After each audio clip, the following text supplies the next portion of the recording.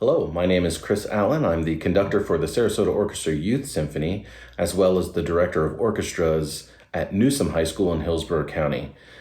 Today, I would like to talk to you a little bit about something that I think all performers or artists or even public speakers have experienced at one point in their life, if not every time they perform, which is performance anxiety.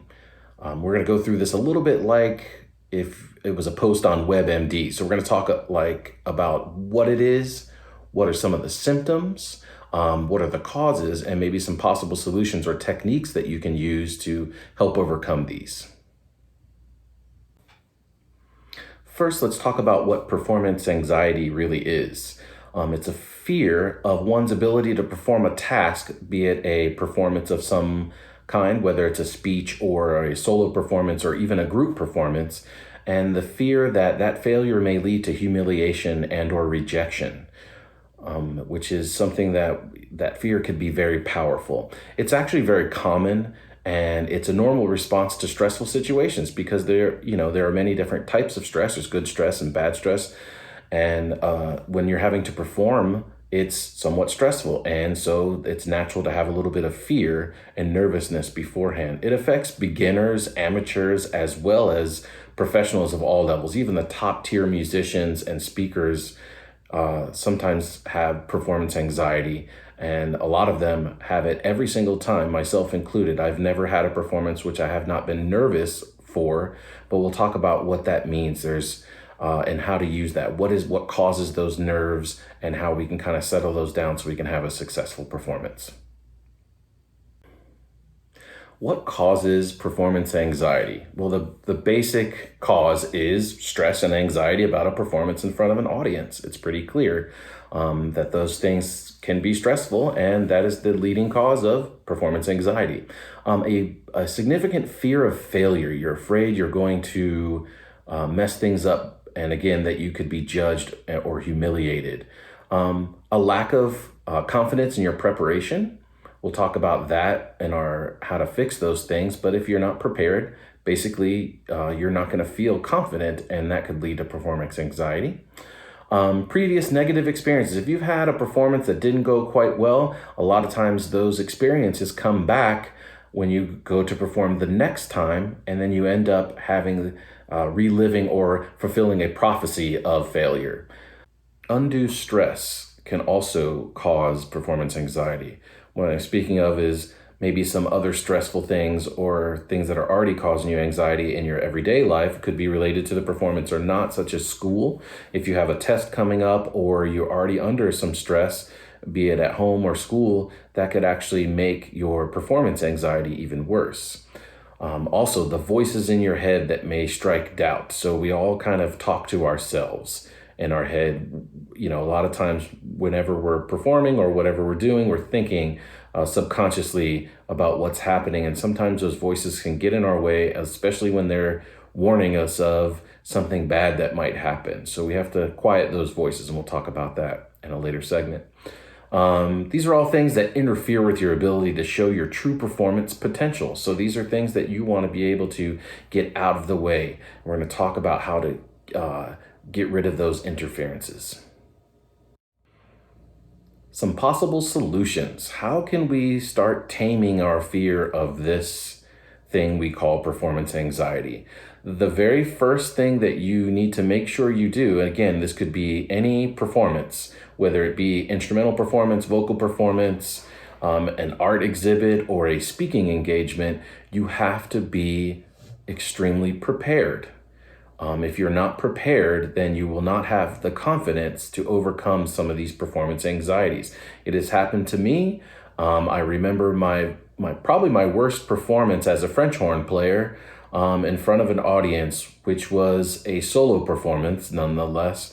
And I was asked I was a member of a music fraternity, and we were celebrating American composers, and I had to find an American composer of a French horn concerto.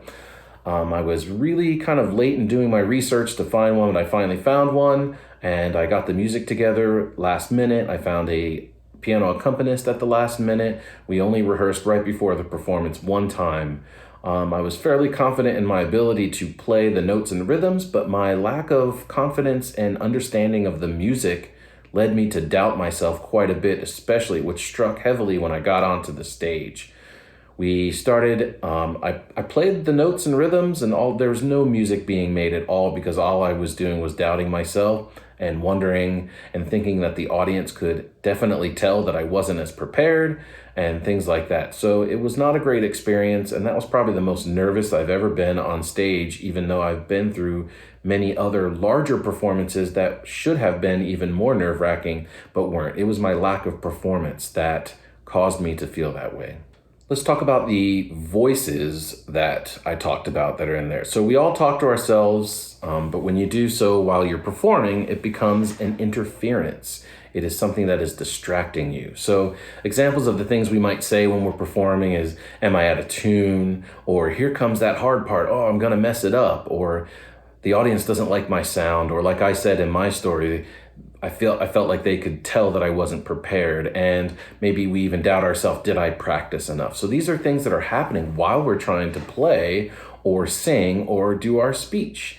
And again, they are just doing nothing but distracting you. So it's like trying to watch a movie and someone keeps asking you questions about the movie, like, what did they say? Or, I think this person is the one that did it and everything. And by the time you answer them, or you take even though you're still watching the movie, you take your concentration off the movie to answer their question, and you miss an important part of the movie. I think we've all had that happen to us. And that, that's just distracting. And even though you're still watching, you didn't quite get the whole gist of what you were watching. So we want to eliminate those distractions, that voice in your head that causes you to not have your best performance. So one of the best ways I know to quiet those voices in your head is to meditate. I know that sounds, when I get that in my head, sometimes you think putting on a robe and lighting some candles and some incense and sitting with your legs crossed in the middle of a floor for hours. That's not the only kind of meditation there is. As a matter of fact, it doesn't even have to last that long. It's just a way to refocus or to center yourself in order to quiet the voices in your head. So my suggestion for that is to really find a quiet place where no one's going to bother you for a few minutes, and just close your eyes and only think about your breathing and listen to your heartbeat. And they even have this on the watches nowadays with the breathe thing on your watch that will have you breathe in and breathe out. And then you'll find that once you concentrate on that, you eliminate those distractions, those voices go away, and then you can really concentrate on what you're about to do. So again, just closing your eyes, take some nice breaths in, and all you're thinking about and listening to is your breathing and your heart rate. And you'll find that your heart rate will actually start slowing down, and you will start relaxing. Your muscles will then relax, and your mind will relax, and you'll be able to then focus on the task that you're about to do. There are also physical interferences. So these are things that'll get in the way that will cause you some distractions physically, such as shaking, your hands shaking, or your dry mouth, or the heart rate that we talked about before. Shortness of breath may also occur, and sweaty hands. Sometimes people get really sweaty hands. I also teach guitar, and when I have some of my guitar students playing for me, sometimes you can see their hands are very sweaty, and that really does affect what they're doing. And it takes their concentration away because it's something different than what happens when they normally practice. I think one of the worst things you can do with these physical distractions is to ignore them.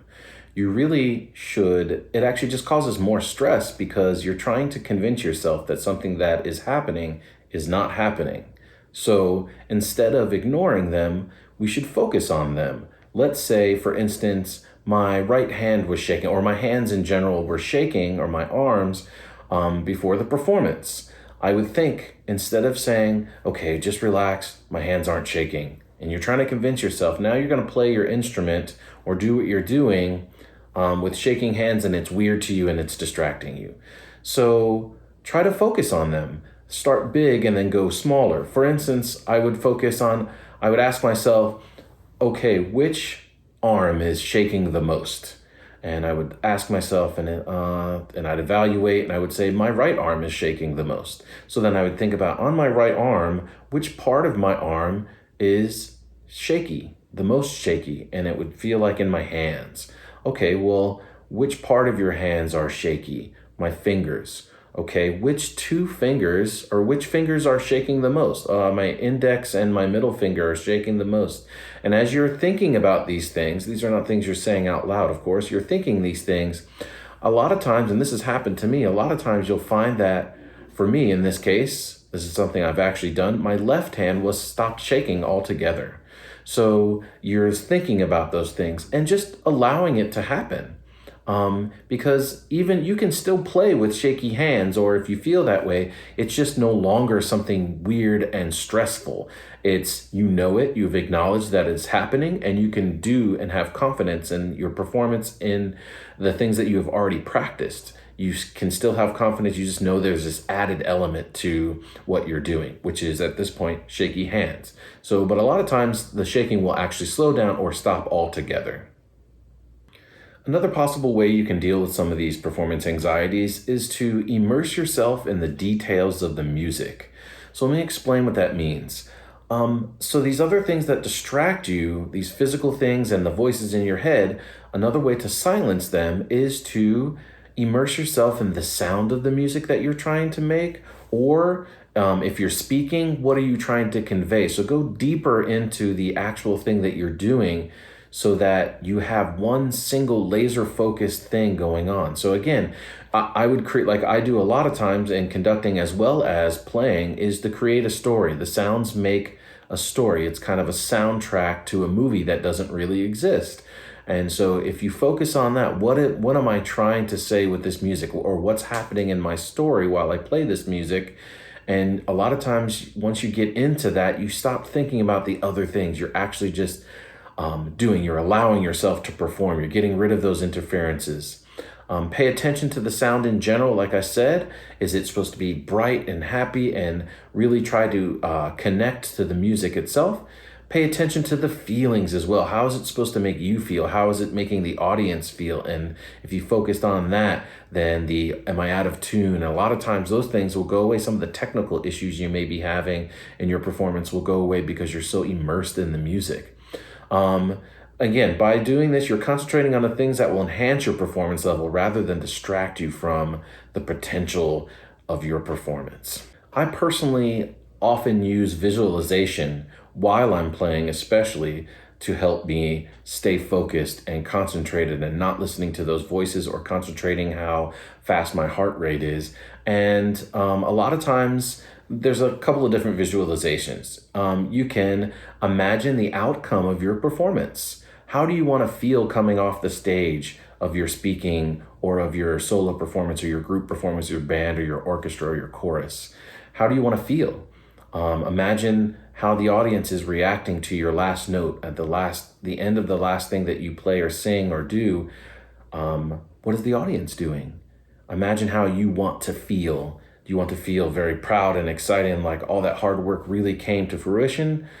And so you can visualize how you want that to happen. A lot of times we'll fulfill that prophecy by doing that, and because our end goal is to feel that way, and it really helps you at the beginning of the performance, thinking about the end, or having the end in mind. Also, what helps me a lot is to think, you can imagine someone who is a really great performer, someone who maybe plays your instrument, or someone who sings, or someone who is a really good speaker that you admire, and imagine that you are them at that moment. How would they react to the audience? How would they feel, or how do they look? For me personally, when I'm in a stressful situation playing wise, I try to imagine, or I did, especially when I was younger, a lot. I idolized Dale Clevenger, who was the former, now principal horn player for the Chicago Symphony Orchestra. And I always imagine, because when I watch him performing, he looks so relaxed and confident, and like nothing bothers him. And you just know that no wrong notes are gonna it just, and I'm sure he's feeling a lot of these things that we've talked about already from performance anxiety. He just looked like he didn't. And so I always tried to imagine myself as Dale Clevenger coming onto the stage from the very beginning, walking onto the stage. How would I walk on the stage? Sitting down to play, what it sounds like, how he phrases certain things. And I would imagine that I was Dale Clevenger and everyone came to see me in a performance. And that really helped me to act like a professional before I was ever a professional horn player. And that really actually helped me achieve my goals as a musician on that particular performance. So let's talk a little bit about chemistry, because not all of the things that are associated with performance anxiety are mental or physical. There are some chemical things going on in your body that causes these things as well. So a lot of the physical effects, especially of performance anxiety, are caused by the increase of epinephrine, which is adrenaline, right? You can imagine that if you're doing something really exciting or you're on a fast roller coaster or something like that, some of these things are happening. Your heart rate goes up, right? And, the dry mouth things, maybe not if you're, bungee jumping or something like that, but that's basically what is happening. Your body's getting a big dose of epinephrine. And sometimes that could, again, like I said, it could happen days before or a week before, leading up to it, little doses of that. But right before the performance, you really oh no, I have the butterflies. That's exactly what that is. So a lot of people combat this by using something called beta blockers. Beta blockers is just a chemical that is introduced through different chemicals, and we'll talk about that in a minute, that help to block these receptors that have the epinephrine, or to reduce the physical effects of this influx of epinephrine.